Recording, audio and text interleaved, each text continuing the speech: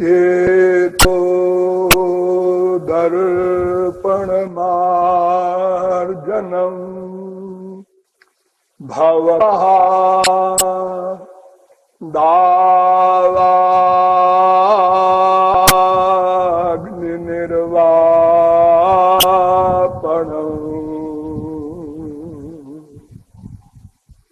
श्रेयः कैरवचन्द्रिका वितरणम् विद्यावधू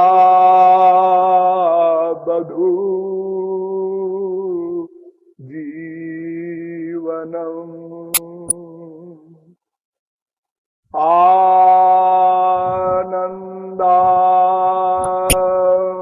बुद्धिवर्धनम् प्रतिपदम् पूर्णामृतास्वादनम्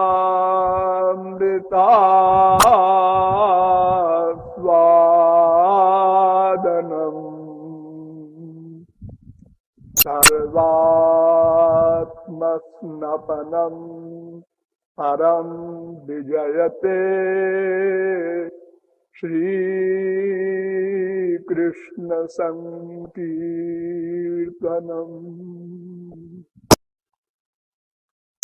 नौमीड्यते भ्रवपुरे तडिदम् बराय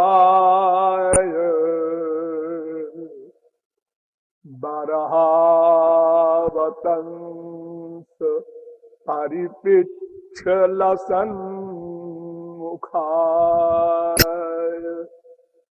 वन्यस्रजे कमलवेत्र विषाणवेणु लक्ष्मश्रिये मृदुपदे पशुपाङ्गजाय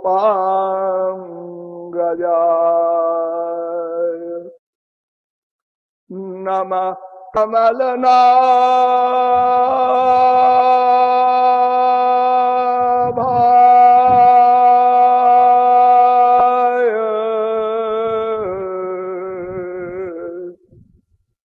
नमः कमलमालिने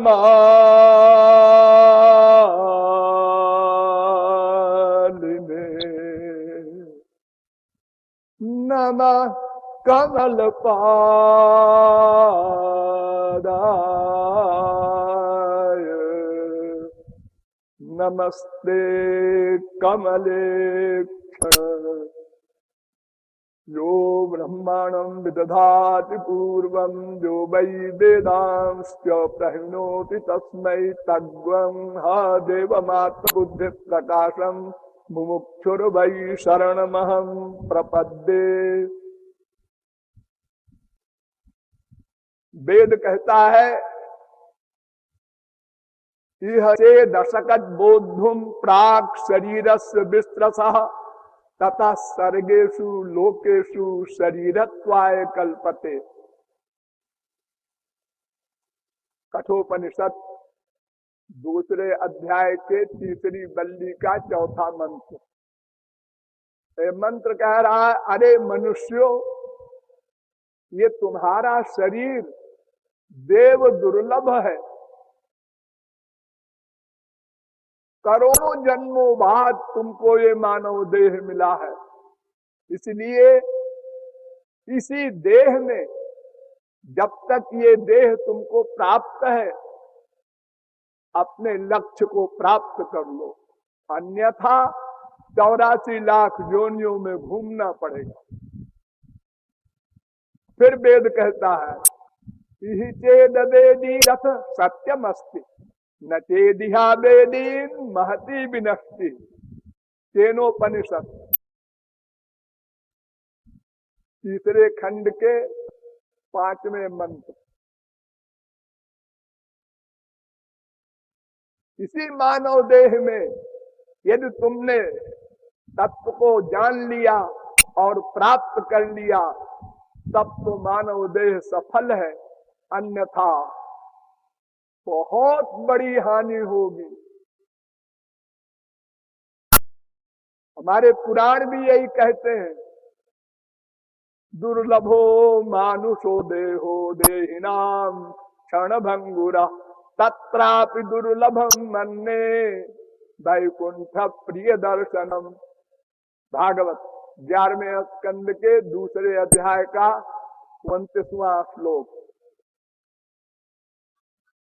अरे मनुष्यों, एक तो मानव देह ही देव दुर्लभ है, दूसरे अगर कोई इस शरीर के रहते महापुरुष मिल जाए, सद्गुरु मिल जाए, कान फूंकने वाले नहीं, श्रोत्रिय ब्रह्मनिष्ठ महापुरुष जिनको शास्त्रों वेदों का पूर्ण ज्ञान हो, प्लस उन्होंने भगवान को प्राप्त किया हो, ऐसा महापुरुष अगर मिल जाए तब तुम्हारा लक्ष्य प्राप्त हो सकता है।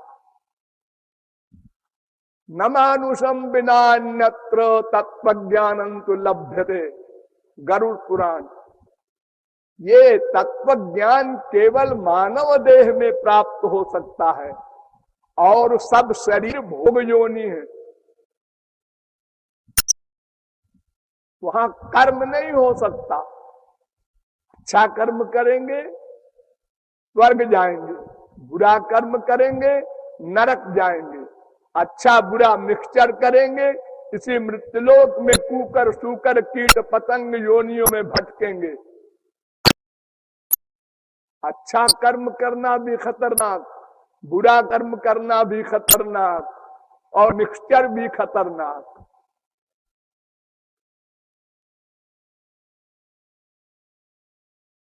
अतएव मानव देह का महत्व समझना है।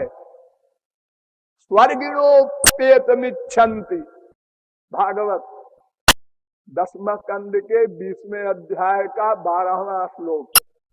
स्वर्ग के देवता जिनकी हम पूजा करते हैं, हवन करते हैं, इंद्र वरुण कुबेर जमराज आदि, ये मानव देह की याचना करते हैं भगवान। क्यों? भोग जोनी है। स्वर्ग में कुछ प्लस नहीं हो सकता, केवल माइनस होता है। जैसे आपने बैंक में 10 लाख जमा कर दिया, अब कमान बंद, केवल खर्च करते हैं। मनमाना खर्च किया, 2 साल में 10 लाख समाप्त हो गया। अब आप भिक्षा मांगिए या पुरुषार्थ करके पेट भरिए। ऐसे ही स्वर्ग है। एक हमारा इतना केवल संकेत है कि इस मानव देह का महत्व रियलाइज करना है। ये केवल खाने पीने या विषय भोग के लिए नहीं है, ये तो पशु पक्षी को भी मिलता है। वो आपसे अधिक स्वस्थ है, वो ओरिजिनल खाना खाते हैं, आप खाने को बिगाड़ के, उसको तल के बघार के विटामिन प्रोटीन बर्बाद करके खाते हैं, क्योंकि बुद्धिमान। बुद्धि का ये दुरुपयोग है, रोज अस्पताल पहुंचे रहते हैं। तो ये दुख मानव देह में आकर भी प्राप्त होते हुए तो हम न सोचें कि हम कौन हैं, हम क्यों आए हैं संसार में, हमें क्या प्राप्त करना है, हमारा लक्ष्य क्या है, वो कैसे मिलेगा, इन प्रश्नों को हल करना चाहिए। बस भाग रहे हैं। क्यों भाग रहे हैं जी? वो भाग रहा है इसलिए हम भी भाग रहे हैं। अरे वो भाग रहा है, उससे पूछो भाई तुम क्या चाहते हो। हम नौकरी चाहते हैं, हम करोड़पति बनना चाहते हैं, सब अपना अपना अलग अलग एम बताएंगे। नहीं, सब गलत। संपूर्ण विश्व चींटी से ब्रह्मा तक केवल एक वस्तु चाहता है, केवल एक वस्तु, बिना किसी के सिखाए पढ़ाए, नेचुरल। वो कौन सी वस्तु है? जब आप लोग पैदा हुए तो आपने वही वस्तु सबसे पहले मांगा, मांगा? क्या मांगा? हम पैदा हुए तो क्या जानते थे? हम कुछ बोलना जानते थे? प्रैक्टिकल बोलना, शब्दों का बोलना नहीं। आप रोए, हर लड़का पैदा होते हुए रोता है तो मां हंसती है जिंदा है, जिंदा है। बच्चा रो रहा है, मां हंस रही, उसे खुशी हो रही। ये बच्चा क्यों रोया? उसके भीतर घुसकर पूछो, वो कहता है मुझे दबाव में दुख मिला। पैदा होने में घोर दुख मिलता है, जन्मत मरत दुसह दुख होई। मनुष्य भूल गया बड़ा होकर के, तो वो दुख मैं नहीं चाहता, मैं तो आनंद चाहता हूं। अब वो रो करके दुख को निकाल रहा है और आनंद की डिमांड कर रहा है। आनंद दो। कोई व्यक्ति कुछ भी चाहता है तो क्यों? आप बीए हुए, एमए हुए, पीएचडी हुई, डीलिट हुए, आईएएस में आ गए, क्या बात है? क्यों? अच्छी नौकरी मिलेगी, कलेक्टर, कमिश्नर, गवर्नर बनेंगे तो नौकरी। अरे तुम अपने बाप की आज्ञा तो मानते नहीं खुशी खुशी, और पढ़ाई नौकरी करोगे? ये तो कोई एम नहीं है तुम्हारा। अरे पैसा मिलेगा जी, ये मतलब है। ये पैसा क्यों चाहते हो? पैसा, पैसे से संसार का सारा सामान आएगा। क्या करोगे सामान? सामान से इंद्रियों के विषयों का सुख मिलेगा। सुख चाहते हो, आनंद चाहते हो, हाँ क्यों? ये पता नहीं। आनंद क्यों चाहते हैं इसका उत्तर हमारे पास नहीं है। हम चाहते हैं, क्रियाएं विरोधी कर रहे हैं। एक रो रहा है, क्यों? आनंद के लिए। एक हंस रहा है, क्यों? आनंद के लिए। एक सो रहा है, क्यों? आनंद के लिए। एक जाग रहा है, क्यों? आनंद के लिए। दो विरोधी क्रियाएं हम देखते हैं, लेकिन एम एक, आनंद। तो क्यों जी, संसार में क्या हमको आनंद नहीं मिला? आनंद का लवलेश भी अगर एक बार भी स्वप्न में भी मिल जाए तो दौड़ भाग, वासना, कामना सब समाप्त। सनकादिक परमहंसों ने कहा, सोई सुख लवलेश, बारिक जिन सपने लहू, ते नहीं गण ही खगेश, ब्रह्म सुख ही सज्जन सुमति। अरे अगर वो आनंद का लवलेश भी स्वप्न में भी एक बार भी मिल जाए तो समस्त संसार के आनंद को लात मार दे। बस आनंदमय हो जाए। और फिर आनंद प्राप्ति के बाद वो आनंद छिन नहीं सकता। देखिए, आनंद की परिभाषा समझ लीजिए। वेद बता रहा है, यो वै भूमा तत्सुखम, जो अनलिमिटेड हो, अनंत मात्रा का हो, वो आनंद, और सदा बना रहे। दो शर्त, अनंत मात्रा का हो और सदा बना रहे। हमको अब तक जितना भी आनंद मिला वो लिमिटेड, सीमित, और वो भी समाप्त होने वाला।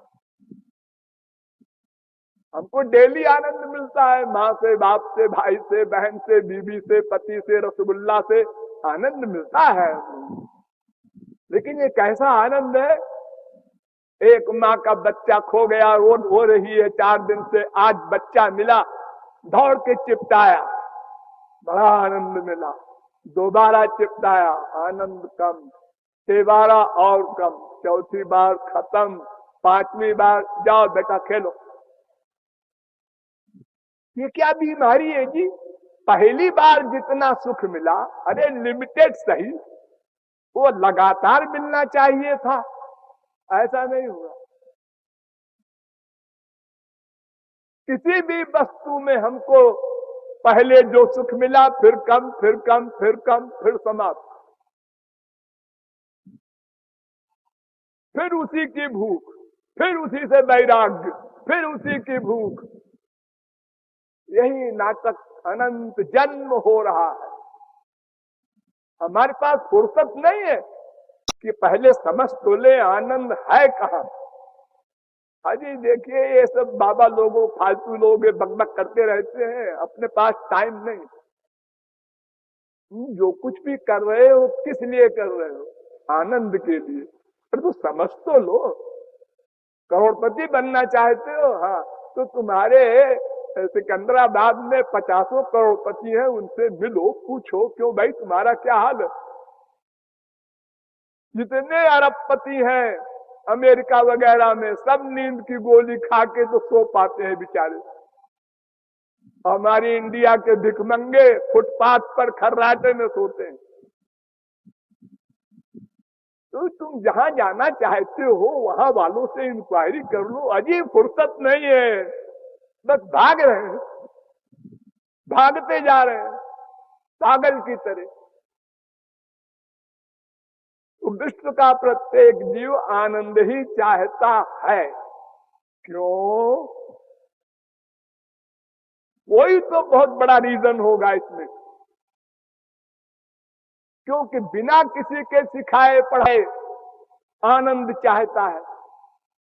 किसी माँ बाप ने नहीं सिखाया बच्चे को कि बेटा आनंद का एम बनाना, दुख का न बनाना।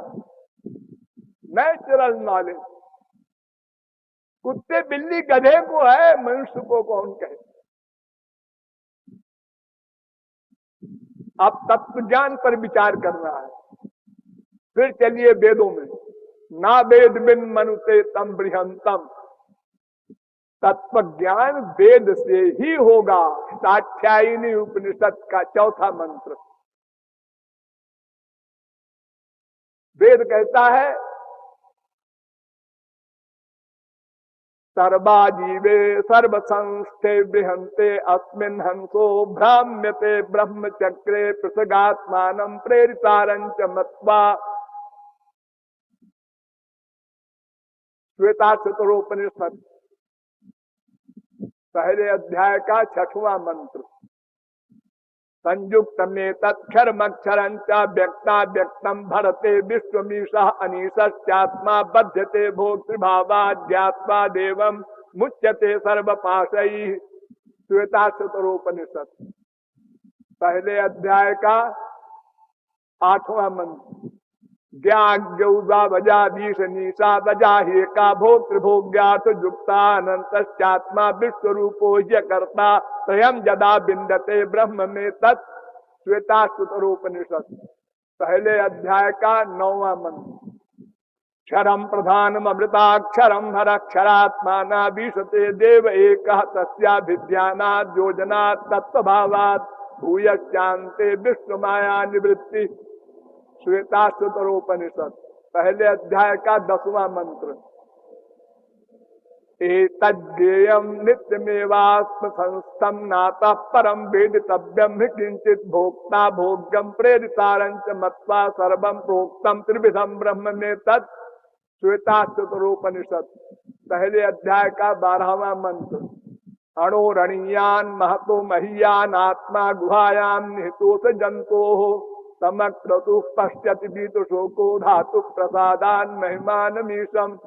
श्वेताक्षरोपनिषद तीसरे अध्याय का 20वां मंत्र। अजामेकाम लोहित शुक्ल कृष्णाम बहवी प्रजा सृजमानाम स्वरूपा अजो ये को जुषमानो नुषेते जहाते नाम भुक्त भोगा मजोन्य। श्वेताक्षरोपनिषद चौथे अध्याय का 5वां मंत्र। द्वासुपर्णा सयुजा सखाया समानम वृक्षम परिखस्व जाते तयोरन्य पिप्पलम स्वाद्वत्नन्यो अभिचाकसीति। श्वेताक्षरोपनिषद चौथे अध्याय का 6वां मंत्र। समाने वृक्षे पुरुषो निमग्नो निशया नोचत मुह्यमानः दुष्टम यदा पश्यत्यन्यमीशमस्त महिमानमित विदशोका। चौथे अध्याय का 7वां मंत्र। अस्मान मायी सृजते विश्वमेतत् तस्मिंश्चान्यो मायया संनिरुद्धः श्वेताशतरोपनिषद। चौथे अध्याय का 9वां मंत्र। ये सारे वेद मंत्र, इनका अर्थ मैं करूंगा तो सवेरा हो जाएगा, संक्षेप में समझिए। इन सारे मंत्रों का अर्थ ये कि 3 तत्व हैं, एक वो हो, एक मैं, एक ये है। वो हो माने ब्रह्म, भगवान, परमात्मा, गॉड, और मैं माने जीव, आत्मा, और यह माने माया।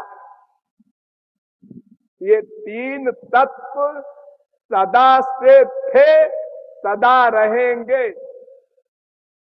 इन तीनों में किसी ने किसी को बनाया नहीं और कोई किसी का नाश नहीं कर सकता। नासतो विद्यते भावो ना भावो विद्यते सतः। जो है वो था, रहेगा। जो नहीं है वो नहीं था, नहीं रहेगा। तो जीवात्मा और माया ये भगवान के अंडर में है, ये अंतर है। ये तीनों स्वतंत्र नहीं है, स्वतंत्र भगवान है और उसके अंडर में जीव और माया। इन दोनों पर, जीव और माया पर शासन करता है भगवान। इनको शक्ति भी देता है भगवान।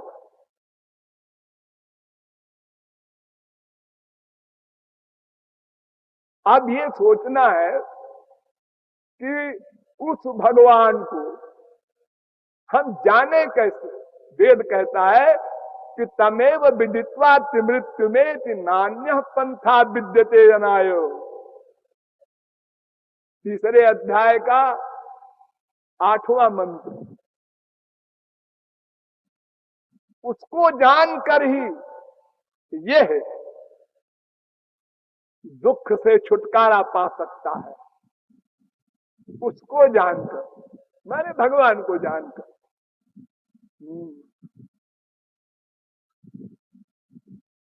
तो चलो भगवान को फिर जानने के लिए वेद में चले। भृगुर्वैवारुणि वरुणम पितरम उपससार अधि भगवो ब्रह्म। वरुण के पुत्र भृगु अपने पिता के पास गए।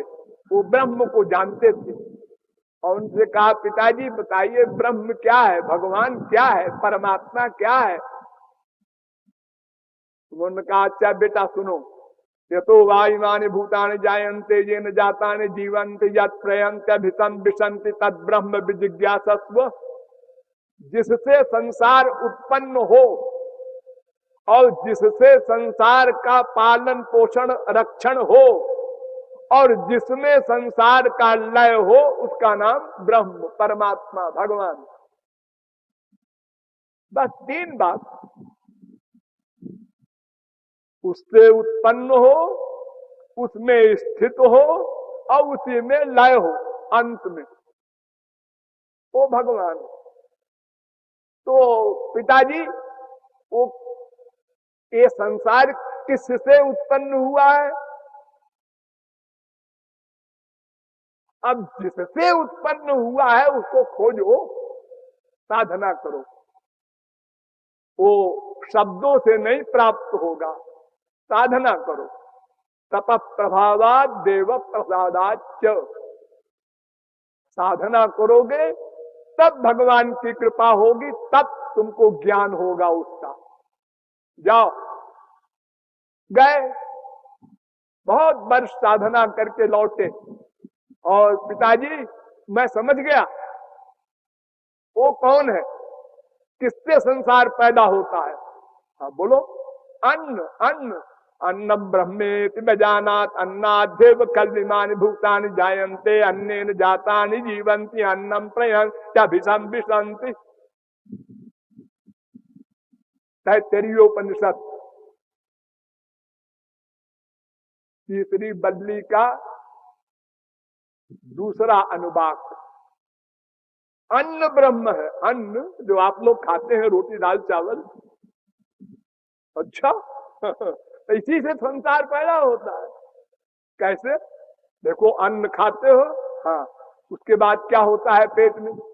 रस बनता है, रक्त बनता है, मांस बनता है, मैदा बनता है, मज्जा बनती है, हड्डी बनती है, बीज बनता है, फिर उसी से बच्चा पैदा होता है, फिर वो रोटी दाल चावल खाता है, फिर उससे बच्चा पैदा होता है। तो ये संसार की उत्पत्ति अन्न से हो रही है, अन्न से पालन भी हो रहा है, और अंत में इसी में लय हो जाएगा। तो पिता कुछ नहीं बोले, वरुण जी चुप रहे, बेवकूफ, कुछ नहीं समझता। फिर गए, आपके लौट के आए, तो उन्होंने कहा पिताजी हम नहीं समझ सके थे पहले, अब समझ लिया। क्या समझ के आए? प्राणो ब्रह्मेति बेजानात् प्राणाद्येव खल्विमानि भूतानि जायन्ते प्राणेन जातानि जीवन्ति प्राणं प्रयन्ति अभिसंविशन्ति। प्राण ही ये वायु, हमारे अंदर वायु है ना, प्राण अपान ध्यान समान उदान, ये वायु ही ब्रह्म है, भगवान है। इसी से संसार पैदा होता है, इसी में स्थित है, इसी में लय हो जाएगा। फिर पिताजी नहीं बोले, फिर जाओ साधना करो, आओ मनो ब्रह्मेति बेजानात्। समझ गए पिताजी, मन ब्रह्म है, मन। फिर जाओ, विज्ञानम ब्रह्मेति बेजानात् विज्ञानाद्येव खल्विमानि भूतानि जायन्ते विज्ञानेन जातानि जीवन्ति विज्ञानम पर्यन्त अभिसंविशन्ति। आत्मा ब्रह्म है, जीव। ये आप लोग जो मैं रियलाइज करते हैं, वो मैं ब्रह्म है। आंशिक ज्ञान हुआ, अभी जाओ और साधना करो। अंत में लौट कर आए,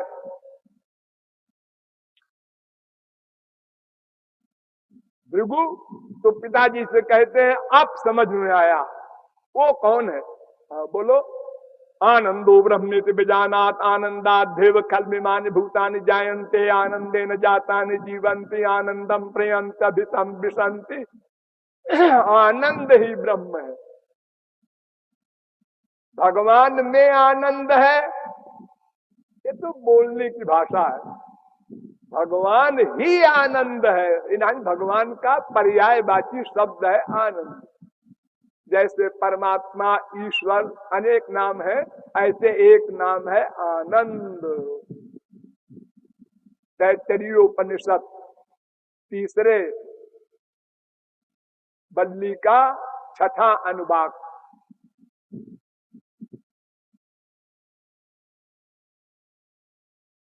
तो भगवान का मतलब क्या? आनंद। बस वो अनंत मात्रा वाला, अनंत काल के लिए जो हो वो आनंद, स्पिरिचुअल हैप्पीनेस।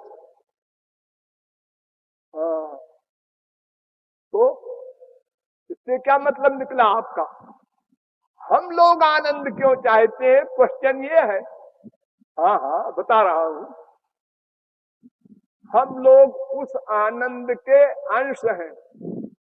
पादोस विश्वा भूतानि त्रिपादस्यामृतं दिवि, पुरुष सूक्त का तीसरा मंत्र। पादेषु सर्वभूतानि पुंसस्थित पदो विदु, अमृतम क्षेमम अभयम त्रिमूढ़नो मूढ़।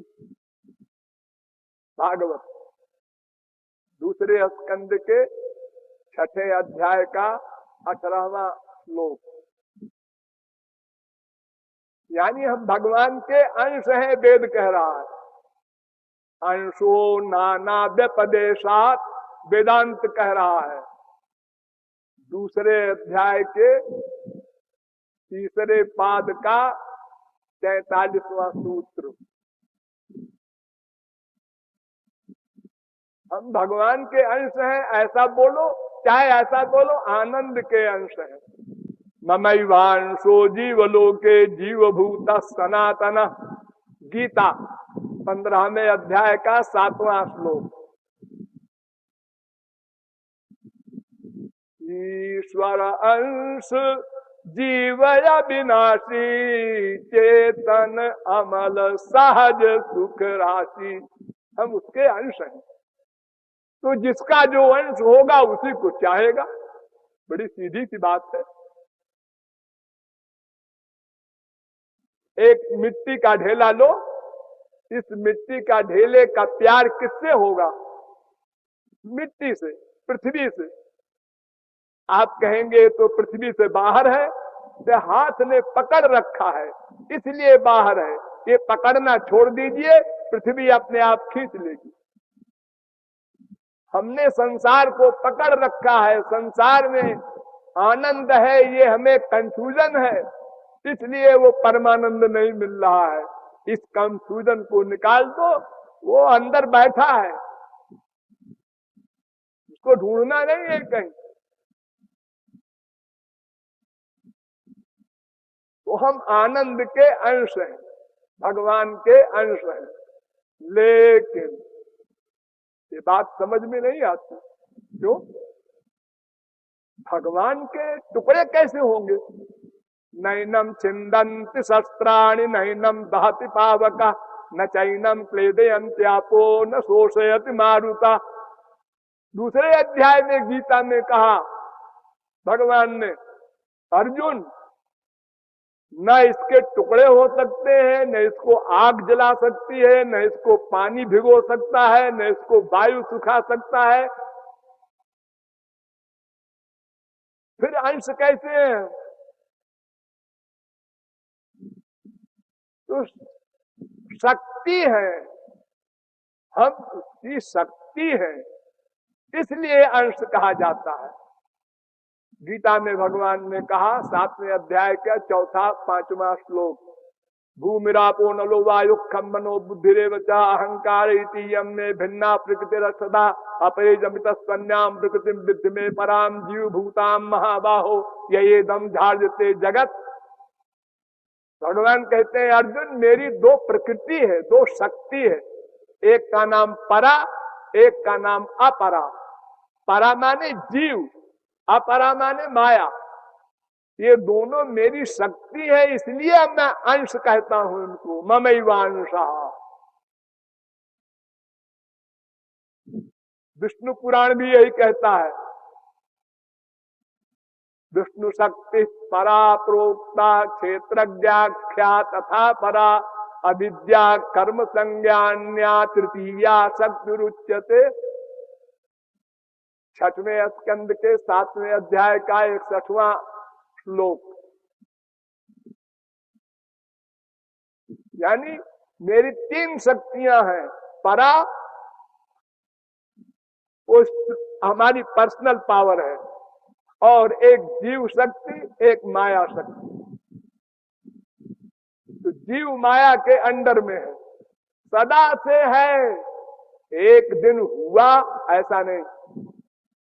ध्यान दीजिए, ऐसा कभी मत सोचिएगा कि एक दिन हमको माया लग गई, उसके पहले माया हमको नहीं लगी थी, ऐसा नहीं। एक बार माया हट जाए तो फिर नहीं लग सकती। जैसे प्रकाश के ऊपर अंधकार का आधिपत्य नहीं हो सकता, ऐसे ही भगवान के ऊपर माया का आधिपत्य नहीं हो सकता। एक बार अगर भगवत प्राप्ति हो जाए तो सदा पश्यन्तु सूरयः तद विष्णु परमं पदम। सुबाल श्रुति 6वां मंत्र। ठीक, तो हम भगवान के अंश हैं शक्ति होने के कारण, इसलिए हमको भगवान या आनंद का अंश मानना चाहिए, इसलिए हम आनंद चाहते हैं। मोटी अकल में ये समझिए कि हम जिसके अंश हैं उसी को पाना चाहते हैं, तो पूर्ण हो जाएंगे, आनंदमय हो जाएंगे। अब ये समझना है कि उसे प्राप्त कैसे किया जाए। समझ गए, आनंद भगवान है और हम उनके अंश हैं, इसलिए हम नेचुरल आनंद चाहते हैं और अनलिमिटेड आनंद चाहते हैं। स्वर्ग का आनंद हमको बहुत मिला। देखिए, जो आनंद मिला उसको भी समझ लीजिए। आप लोगों को आनंद का अनुभव नहीं रहता बाद में। आपने कल रसगुल्ला खाया, हाँ, अब सोचिए वो कैसा था। अजी सोचने से नहीं काम होता, फिर से खाना पड़ेगा। हाँ, फिर खाओ, फिर वो खत्म हो गई भूख, वो इच्छा, वो आनंद सब खत्म हो गया, फिर उसी की इच्छा हुई। यही नाटक चल रहा है। तो आपको अनंत बार स्वर्ग मिल चुका है। स्वर्ग लोक है एक, वो भी माया का लोक है, वहां भी सुख नहीं है। लेकिन हम लोग कितने भोले भाले हैं, अपने बाप के माँ के मरने पर लिखते हैं चिट्ठी में कि हमारे पूज्य पिताजी का स्वर्गवास हो गया। अब देखिए स्वर्ग के बारे में वेद क्या कहता है। वेद कहता है, मनुष्यों भूल कर स्वर्ग की कामना न करना, और प्रयत्न तो करना ही नहीं। क्यों? इसलिए कि स्वर्ग में सब माया का वैभव है। काम क्रोध लोभ मोह मद मात्सर्य, जो जो दुख हमको संसार में मिलते हैं वो सब स्वर्ग में है। पुण्यजितो लोकक्षीयते, छांदोग्योपनिषद 8वें प्रपाठक के पहले खंड का 6ठा मंत्र।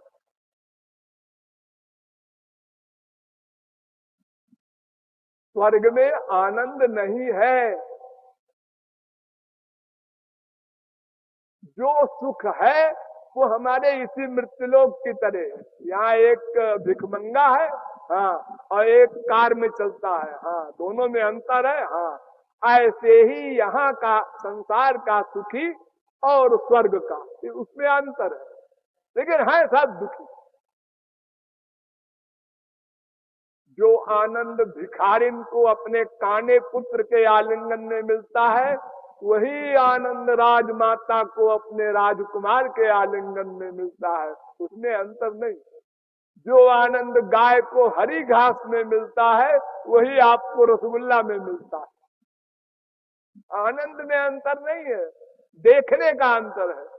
ऐसे ही स्वर्ग के सुख,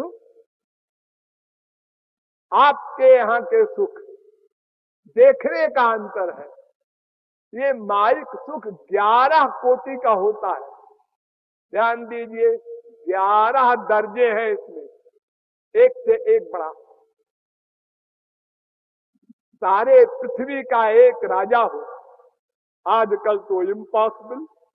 अलग अलग देश हैं, सब देश के अपने प्राइम मिनिस्टर, प्रेसिडेंट या राजा भी हैं कहीं कहीं, छोटे से देश के।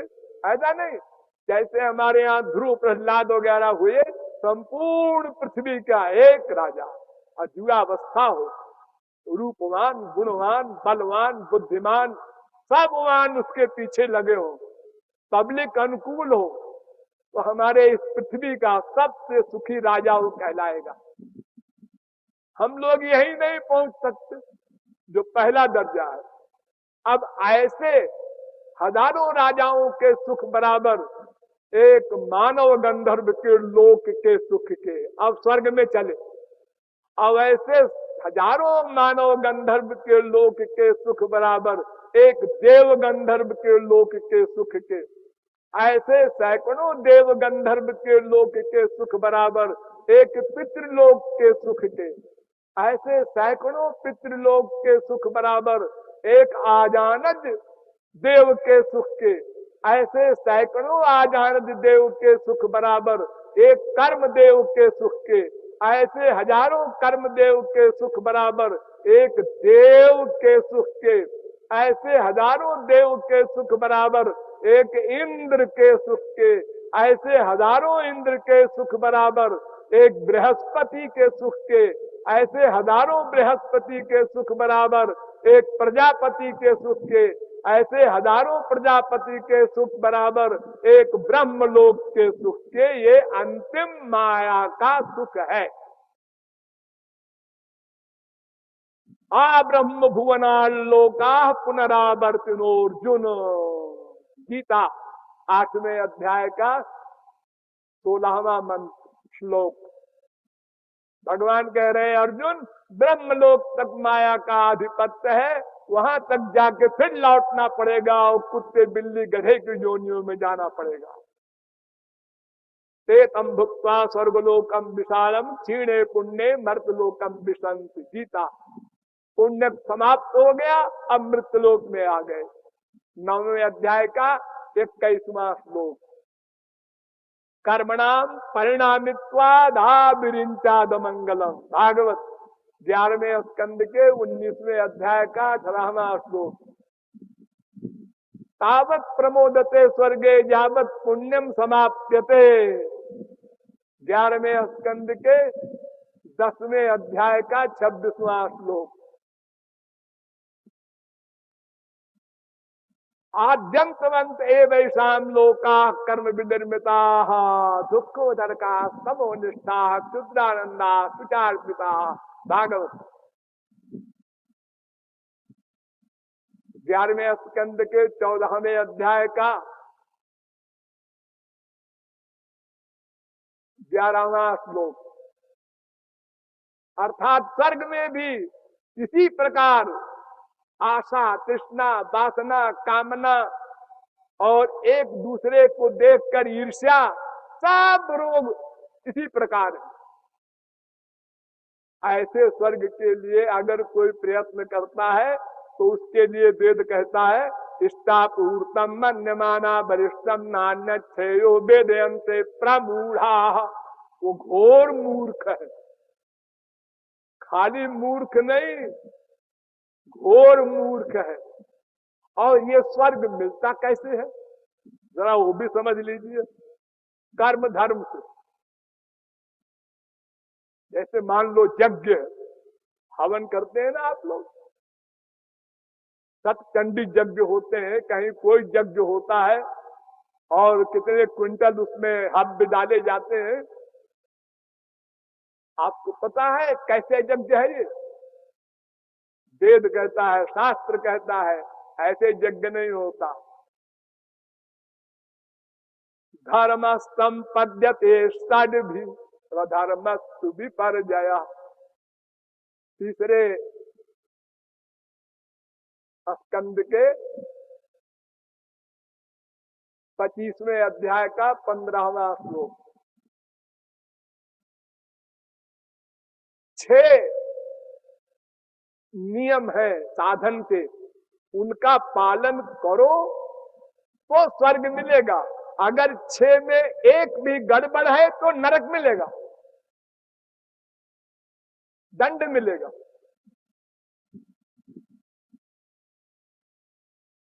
उसमें एक यज्ञ कहाँ किया जाए? अरे कहीं कर लो ना ना। अजी हम लोग तो यज्ञ जैसे करते हैं शादी ब्याह में, इसमें उसमें, अपना आंगन में ही मन में आया वही बैठ के अपना हवन कर दिया, तो नहीं वो चलेगा। काल किस समय यज्ञ हो ये भी नियम है वेद का। मंत्र, जो मंत्र पढ़ा जाता है वेद का, उसमें स्वर होते हैं। एक स्वर की गलती हो जाएगी तो यजमान का नाश हो जाएगा, उसको दंड मिलेगा। एक वृत्रासुर राक्षस था, उसने यज्ञ कराया ऋषियों को पकड़ के जबरदस्ती, और यज्ञ में मंत्र था इंद्र शत्रु विवर्धस्व, माने मुझसे इंद्र मारा जाए। अब ऋषियों ने डर के मारे तो आकर के यज्ञ किया, लेकिन चालाकी किया, आज द्युदात्त की जगह अंत्योदात्त कर दिया।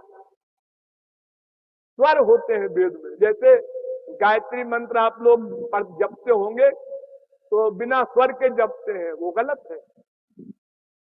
तत्सौ, सा के ऊपर स्वर है, तत्सौ भितुर, बी के नीचे स्वर है, तत्सौ भितुर वरेण्यम भर्गो देवस्य धीमहि धियो यो न प्रचोदयात्।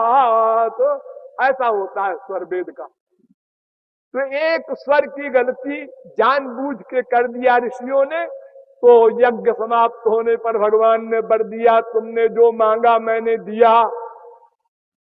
अब राक्षस ने युद्ध किया भगवान इंद्र से और मारा गया। मरते समय उसने कहा क्यों भगवान, हम भी तुम्हारी औलाद हैं और देवता भी तुम्हारी संतान है, ये पक्षपात क्यों किया? भगवान ने कहा तुम्हारा मंत्र कह रहा है। हाँ, ये तो इन लोगों ने गड़बड़ किया ऋषियों ने, वो तो तुम जिम्मेदार हो, तुम बुलाए हो उनको, यजमान का नाश करेगा वो, विधिहीन होना। इतना सब नियम का पालन करे तो स्वर्ग मिले, और 4 दिन बाद फिर कुत्ते बिल्ले गधी के जोनियों में डाल दिया जाए। 3 तरम विसंत वेद कहता है। तो कर्म धर्म से एक तो हम उसको कर ही नहीं सकते, इम्पॉसिबल है इस कलयुग में। कर भी ले तो स्वर्ग मिलेगा कुछ दिन का, वहां भी दुख, फिर कुत्ते बिल्ली गधे बनेंगे। इसलिए कर्म तो नमस्ते करो। 3 मार्ग हैं वेद में, कांडत्रयात्मको वेदा योगास्त्रयो मया प्रोक्तो नृणाम श्रेयो विधुतया ज्ञानं कर्म च भक्तिश्च। भागवत 10वें स्कंद के 20वें अध्याय का 6वां श्लोक, 11वें स्कंद के। ये कह रहा है श्लोक कि भगवान ने स्वयं कहा कि मैं 3 मार्ग बताए हैं कल्याण के, तो एक मार्ग तो आपके कल्याण वाला घोर निंदनीय है, आप ही कह रहे हैं वेद में। हाँ, वो मार्ग हमारे पास तक नहीं लाता, वो तो ब्रह्मलोक तक ले जाता है, और वो भी कुछ दिन के लिए। दूसरा मार्ग ज्ञान मार्ग, ये और खतरनाक। ज्ञान मार्ग जो आजकल सन्यासी लोग आपके घर घर में घूमते हैं दंड कमंडल लेके, इनसे पूछो कि को बाबा जी शंकराचार्य ने क्या अधिकारित्व बताया है तुम्हारे लिए? कौन पहला ब्रह्म सूत्र वेदांत का था तो ब्रह्म जिज्ञासा सुनने का अधिकारी है।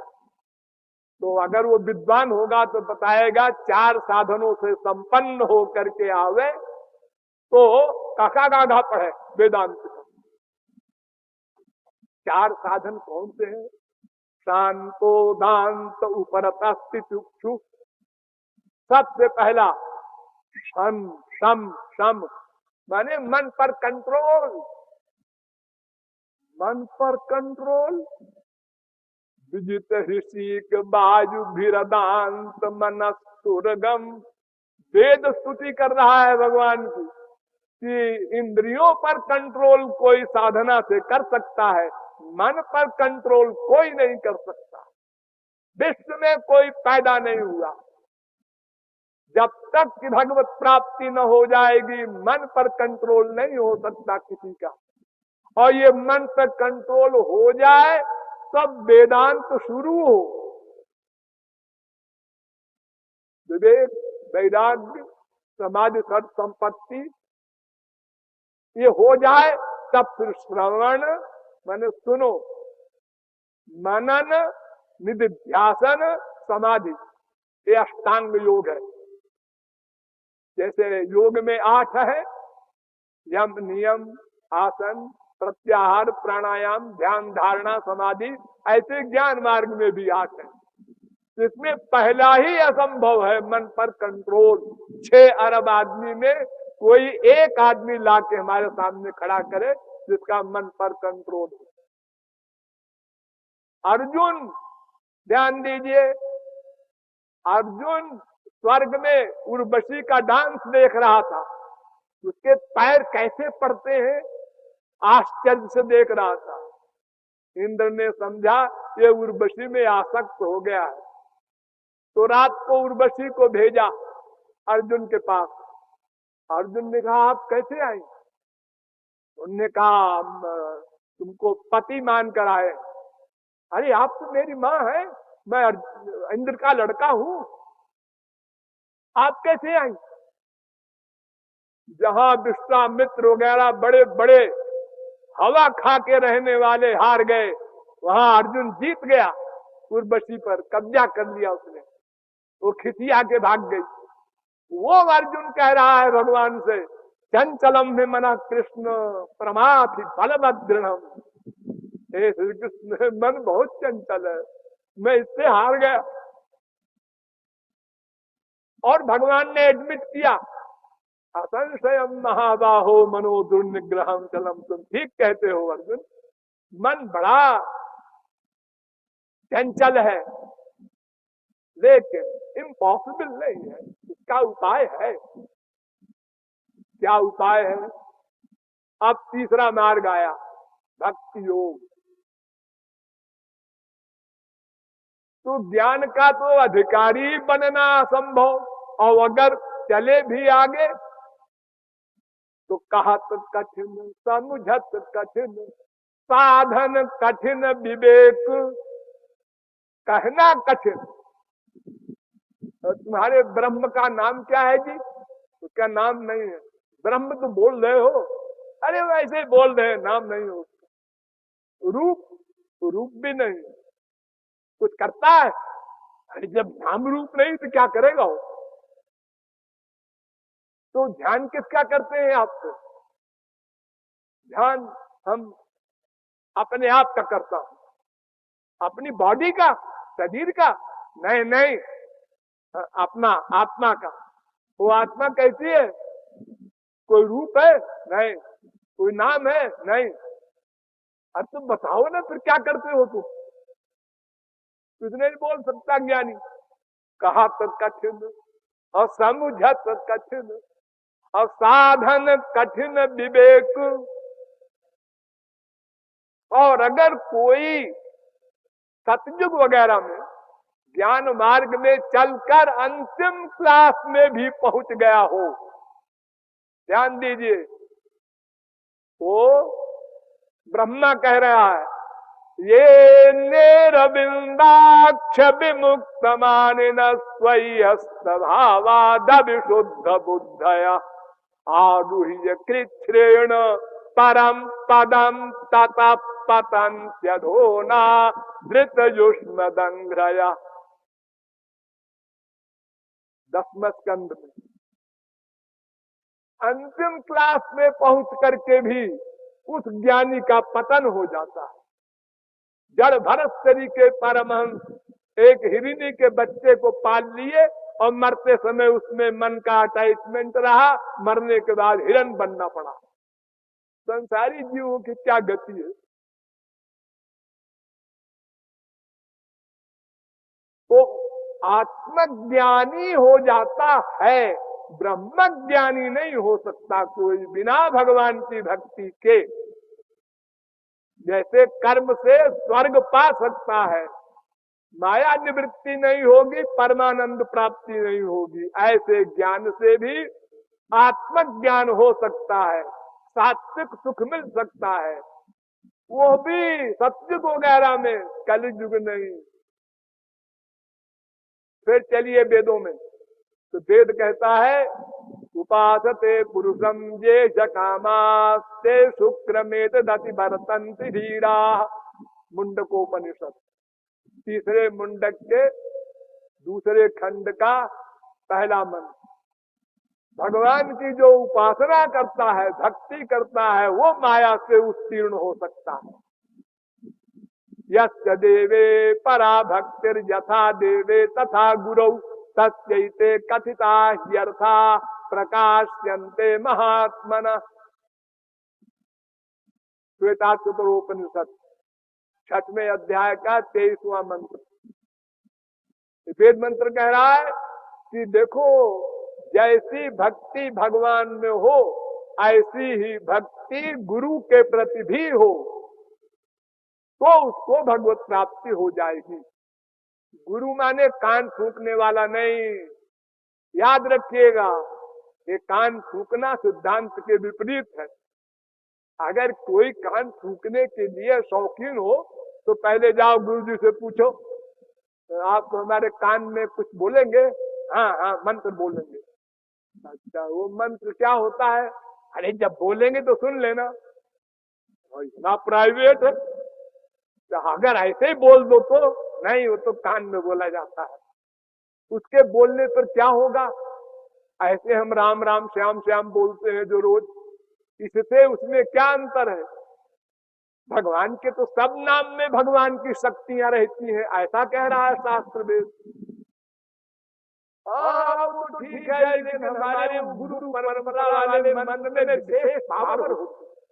अच्छा तो जो आप हमको देंगे तो पावर का अनुभव होगा। अरे जो पानी में थोड़ी सी चीनी मिला दो तो अनुभव होता है, मीठा लगता है।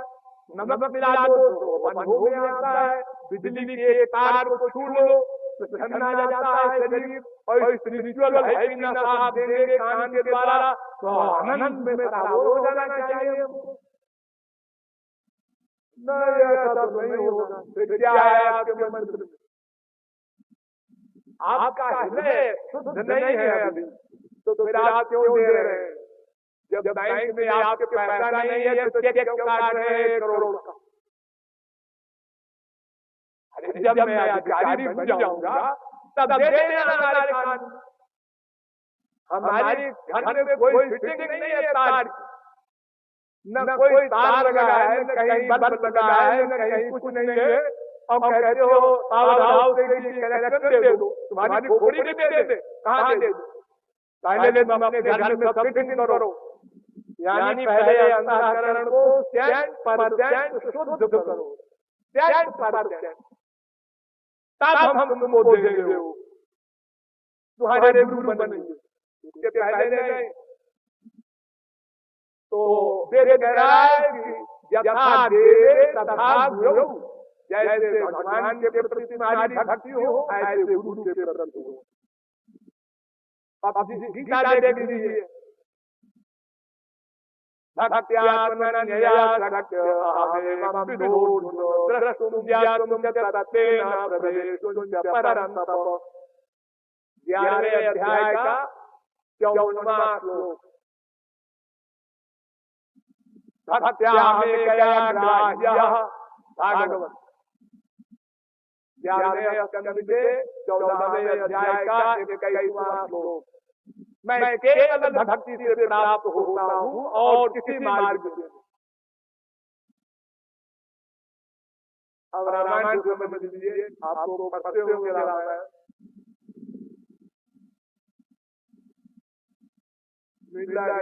रघुपति बिनु अनुरागा किए जोग जप ज्ञान विरागा। जो वैराग्य ज्ञान कुछ भी करो उससे भगवान मिलेंगे। राम केवल प्रेम प्यारा जान ले जो जान हारा।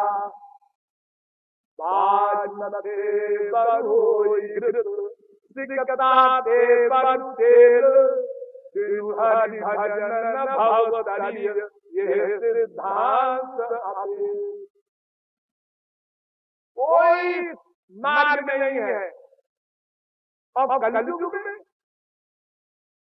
कलिकाल न साधन दूजा, योग यज्ञ जप तप व्रत पूजा। ये सब कलयुग में नहीं। कलयुग योग यज्ञ नहीं ज्ञान, ये सब कलयुग में नहीं। माया से उत्तीर्ण नहीं हो सकते भगवत प्राप्ति तो आगे की बात। साधक सिद्ध विमुक्त उदासी, विमुक्त को जड़ शरीर के विमुक्त को माया लग गई। साधक सिद्ध विमुक्त उदासी,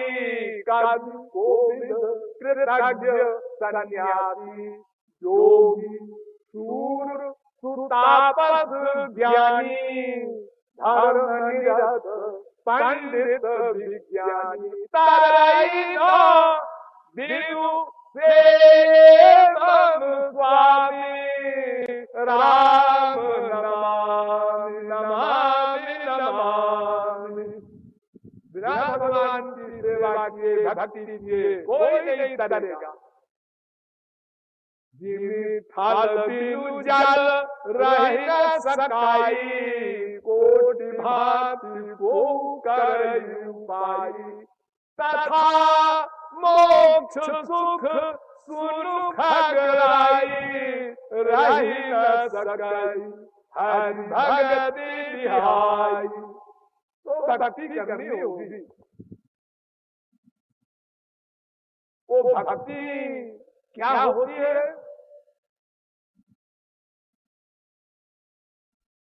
दो प्रकार की होती है। एक तो हम लोग करते हैं, जानते हैं, पूजा कर रहे हैं, पाठ कर रहे हैं, चारों धाम की मार्चिंग कर रहे हैं, बद्रीनारायण गए जी,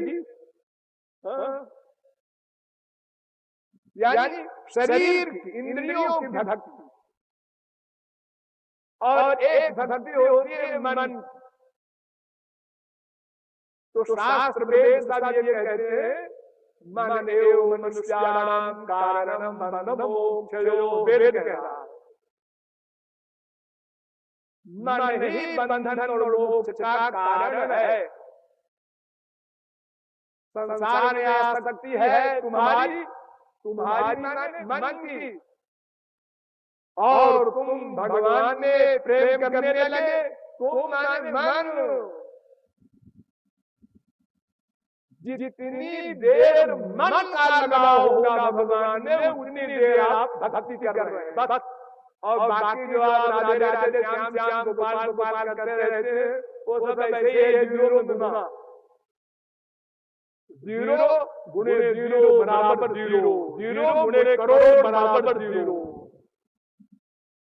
इंद्रियों की भक्ति भगवान लिखते ही नहीं। मन से प्रेम, माँ से प्रेम जियो, बाप से जियो, भाई से जियो, बीवी पति बहन भाई सबसे करते हो वो प्रेम भगवान कहते हैं हमसे करो।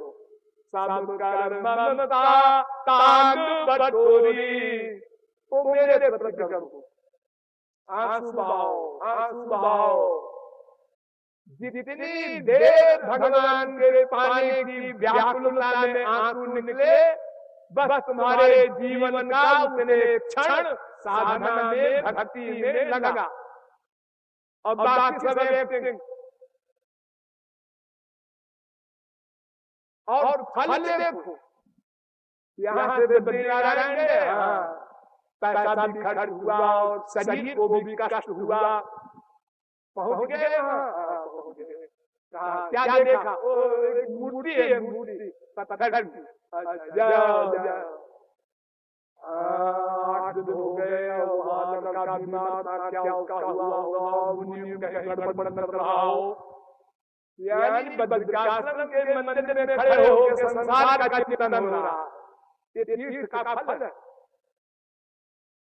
अरे अंतःकरण भगवान ने लगाए, ये है कर्म धर्म और तीर्थ भजन का फल।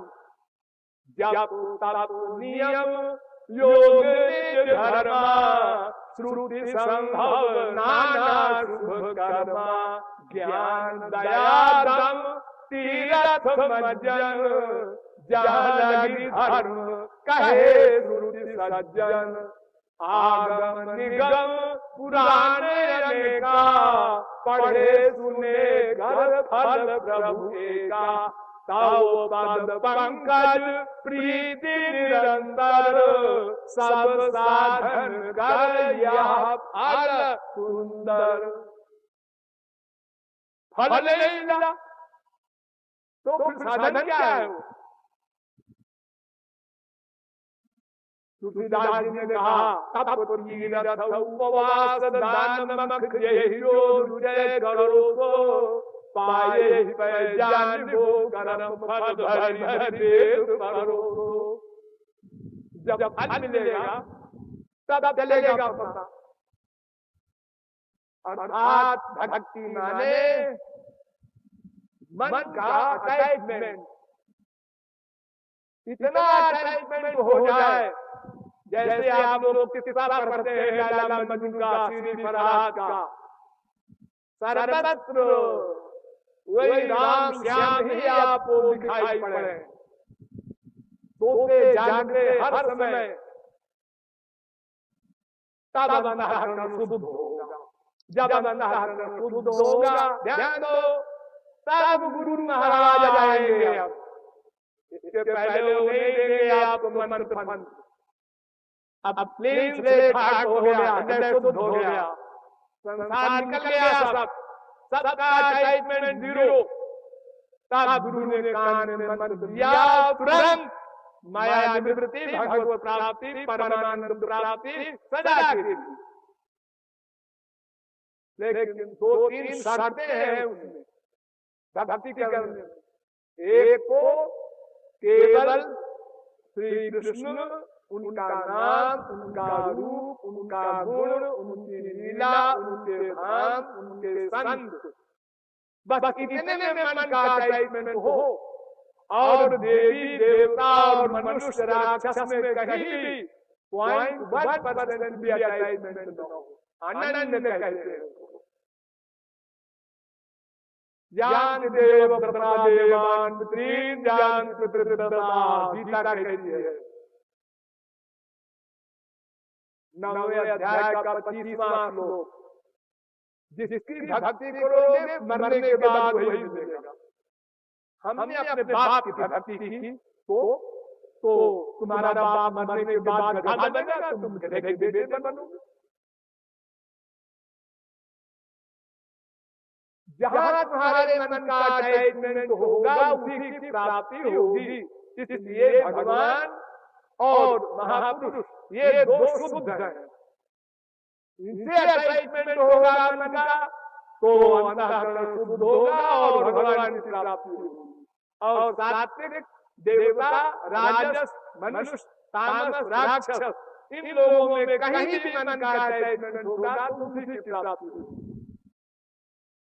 तो अनन्य भाव से रोक कर उनका नाम गाओ, गुण गाओ। कोई जरूरत नहीं है कि तुम मूर्ति पूजा करो, मन से भगवान का रूप बनाओ। ये बनाया 5 बल से भगवान, ये 10 बल से, ये 15 बल से, ये मैंने वस्त्र पहनाया इनको, सब बढ़िया वस्त्र पहनाएंगे। अब इनको हीरो का हार पहनाएंगे। अब हीरो का हार खरीदने जाएंगे, कहेंगे नहीं है। लेकिन मन से कोहनूर का बाप लाओ और पहना दो सुंदर को। आँख बंद करके विभोर होकर दर्शन करो। जो चाहे वो तुम अपने मन से सेवा करो, श्रृंगार करो। जो पसंद हो वो नाम लो, जो पसंद हो वो लीला कराओ, उनसे क्रिकेट खिलाओ, डरो मत। आज अगर भगवान अवतार लेंगे तो क्रिकेट नहीं खेलेंगे, टाई नहीं लगाएंगे, पीताम्बर पहन के कॉलेज जाएंगे, ऐसा नहीं है। तो जब अवतार लेते हैं उसी के अनुसार उनको चलना पड़ता है, भक्त की भावना के अनुसार। इसलिए रूप ध्यान के बिना एक भगवान नाम मत लो। पहले रूप ध्यान, उनको सामने खड़ा करो। संसार में किसी को बुलाते हो, बेटे को, किसी को, अरे वो रमेश कहाँ है रमेश, उसका ध्यान करते हो। तो भगवान को बुला रहे हो तुम, हरे राम हरे कृष्ण, तो उनको सामने खड़ा करो मन से।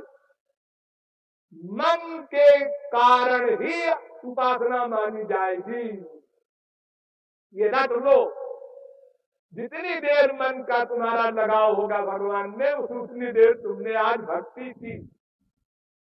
रोना होगा, आंसू बहाना होगा, तब अंतःकरण की शुद्धि होगी। आद्यागमत श्रमत सहस्त्रणी विभूति भी ऋग्वेद कहता है चैलेंज के साथ।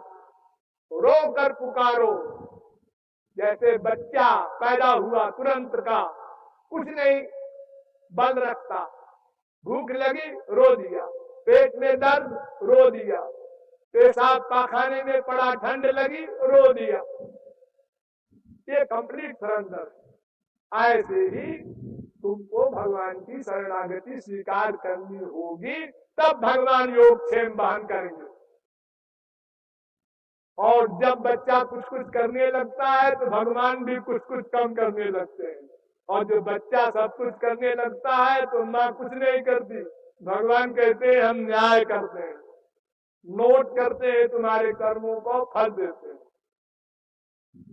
इसलिए उस अनंत मात्रा के आनंद को पाने के लिए ब्रह्मलोक तक के ऐश्वर्य की कामना त्याग कर केवल भगवत दर्शन, भगवत प्रेम की कामना से रोकर उनके नाम गुण लीलादि का कीर्तन करो, स्मरण करो। स्मरण मेन है, इससे अंतःकरण शुद्ध होगा, संसार का अटैचमेंट हटेगा। छोटी छोटी चीजों में तुम्हें दुख मिलता है, किसी ने कहा बेवकूफ है आप, बेवकूफ कहा आपको? अरे आप तो इतने बेवकूफ है कि बेवकूफ हो शब्द सुन करके बेवकूफ हो गए, क्रोध में युक्त हो गए, बेवकूफ बन गए। अरे अगर समझदार होते तो बेवकूफ ये चार अक्षर है और क्या है उसमें, तुम हंसते रहो। अरे बेवकूफ है तो हमको बेवकूफ कहता है, तो हम बेवकूफ क्यों बने? अच्छा बताओ, तुम कामी हो, क्रोधी हो, लोभी हो, मोही हो, ईर्ष्यालु हो? हाँ है, तो बात तो सही है, तो इसी में तो कोई बुराई करेगा आपकी। हाँ तो फिर बुरा क्यों मानते हो?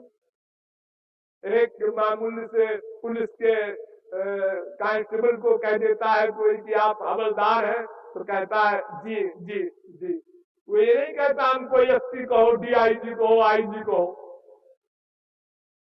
संसार में हम किसी को भी कह देते हैं कि आप साहब सब इंस्पेक्टर हैं, आप साहब कपड़े के दुकानदार हैं, जी जी, बुरा नहीं मानता। फिर किसी ने आपसे कहा आप कामी है, क्रोधी है, लोभी है, तो बुरा क्यों मानते? जब तक भगवत प्राप्ति न हो जाएगी तब तक प्रत्येक व्यक्ति कामी, क्रोधी, लोभी, मोही रहेगा। ये माया का कार्य है तो होगा। लाख वो अपने को अच्छा कहलवाने का प्रयत्न करे, हरिश्चंद्र है, सब बकवास। इसलिए ये छोटी छोटी बातों में जो फील करने की आदत है, सारे जीवन दुखी रहते हैं। अपने ही घर में बाप ने डांट दिया, गजब हो गया, भाग गया बेटा। अरे कितने बेटों ने बाप का मर्डर कर दिया, बीवी ने पति का मर्डर कर दिया। इन छोटी छोटी बातों में हम दुखी होते हैं। सोचे हम आत्मा है, भगवान के हैं, संसार के नहीं, हम बॉडी नहीं, शरीर नहीं। कोई शब्द बोलता है हमारे खिलाफ तो वो ऐसा होगा, इसलिए वो ऐसा दिखाई पड़ रहा है उसको। पीलिया के रोगी को सब पीला पीला दिखाई पड़ता है। हम लड़ने क्यों जाओ? अपनी पर्सनैलिटी में रहो, मुस्कुराते रहो और दोनों पक्ष सामने रखो। बेटा हुआ है, हाँ, खुशी न मनाओ तो क्यों? अरे कल को मर जाए तो नहीं, हमारा बेटा नहीं मरेगा। क्यों? संसार में देखा नहीं तुमने, बहुतों के मर गए। अरे उनके मर गए होंगे, हमारा नहीं मरेगा। है तो कलेक्टर, कमिश्नर, गवर्नर बनेगा, अरबपति बनेगा, श्रवण कुमार बनेगा, हमारी सेवा करेगा बुढ़ापे में। ये आशा कर रहे हो, और जब ये मरेगा या आवारा हो जाएगा बड़ा होके तो रोओगे बैठ। इसलिए हर आशा रखो संसार में। अच्छा भी हो सकता है, मेरा बेटा महापुरुष भी हो सकता है, राक्षस भी हो सकता है, दोनों तैयार रहो दोनों के लिए, तो दुखी नहीं होगे। हमको मालूम था दो में एक होगा, एक हो गया। तो इस प्रकार भगवत भक्ति करते हुए, साधना करते हुए हम अंतःकरण को शुद्ध करें, ये हमारी ड्यूटी। इसके बाद गुरु हमको दिव्य प्रेम देगा, दिव्यानंद देगा, भगवान का दर्शन कराएगा। वो सब काम गुरु का है, वो अपने आप करेगा। और हम आनंद को प्राप्त करके सदा के लिए माला माल हो जाएंगे।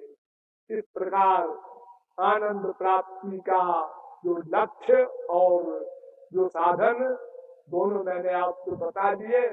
अब सुनहु करहु जो तुम्हें सुहाई। लाडली लाल की